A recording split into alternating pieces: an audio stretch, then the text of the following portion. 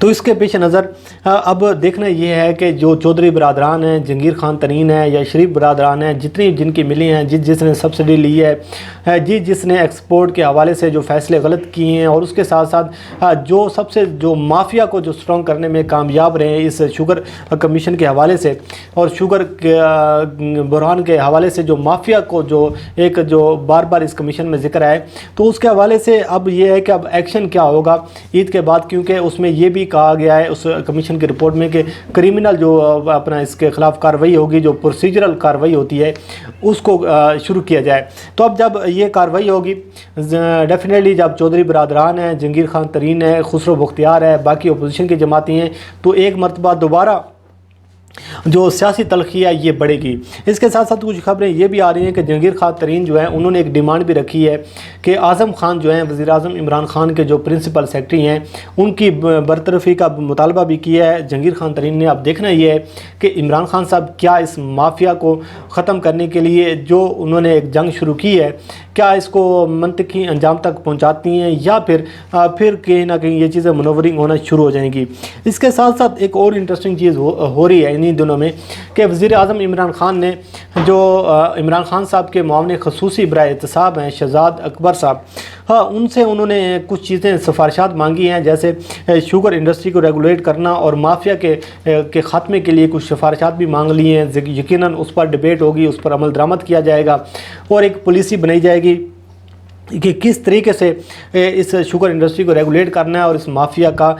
خاتمہ کرنا ہے اور عوام کی اس سے جان چھڑوانی ہے۔ ساتھ ساتھ جو حکومت کو سب سے بڑا جو چیلنج سامنے آ رہا ہے، جو سب سے بڑی جو ڈیولپمنٹ ہونے جا رہی ہے جون کے مہینے میں، وہ ہے بجٹ، اور حکومت پاکستان کی یہ کوشش ہے کہ یہ بجٹ کسی نہ کسی طریقے سے منظور کروایا جائے، کیونکہ آپ کو پتہ ہے کہ یہ جو بجٹ ہے یہ ایک ایسا بجٹ ہوگا کیونکہ کرونا وائرس کے پیش نظر بے روزگاری میں اضافہ ہوا، معاشی طور پر بہت بڑا بحران سامنے آیا، اور اس صورتحال کے پیش نظر کس طریقے سے دیکھا جائے گا کہ صحت کے شعبے کو سہولیات دی جاتی ہیں، اس کے لیے کتنا فنڈ رکھا جاتا ہے، اس کے لیے کیا کچھ حکومت پاکستان کرتی ہے۔ لیکن جہاں یہ چیلنجز ہیں وہاں یہ بھی بڑا چیلنج ہے کہ اپوزیشن کے ساتھ جو معاملات ہیں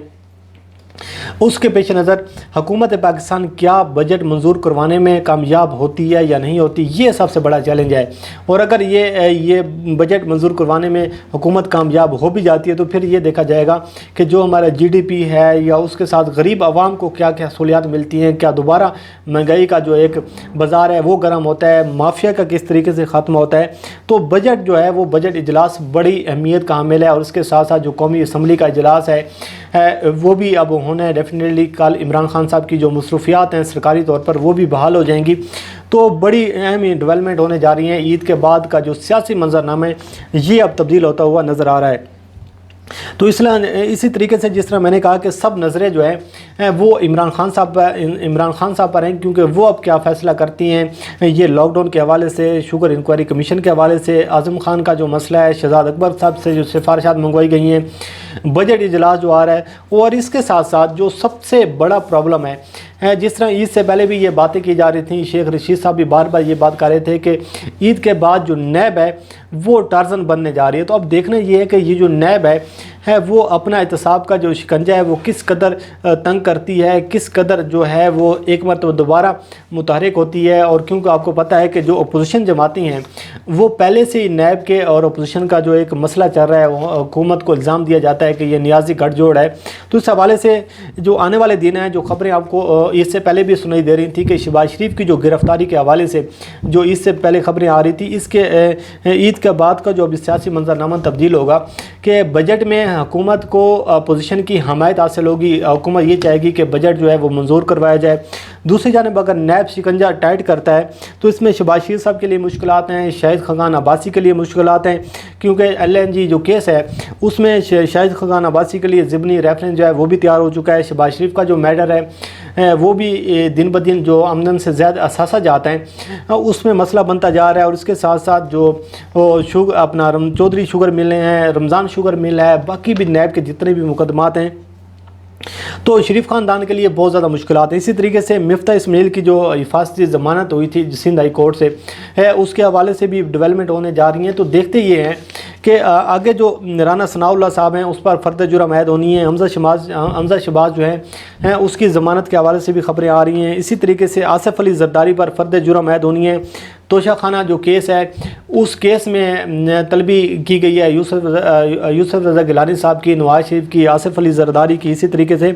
اور چودھری برادران کی بھی نیب میں سماعت ہے، اور اسی طریقے سے مریم نواز جو ہے، مریم نواز کے خلاف چودھری شوگر ملز اور ریمنڈ میں جو زمین کا جو مقدمہ ہے وہ بھی اب تیار ہو چکا ہے۔ تو دیکھتے یہ ہیں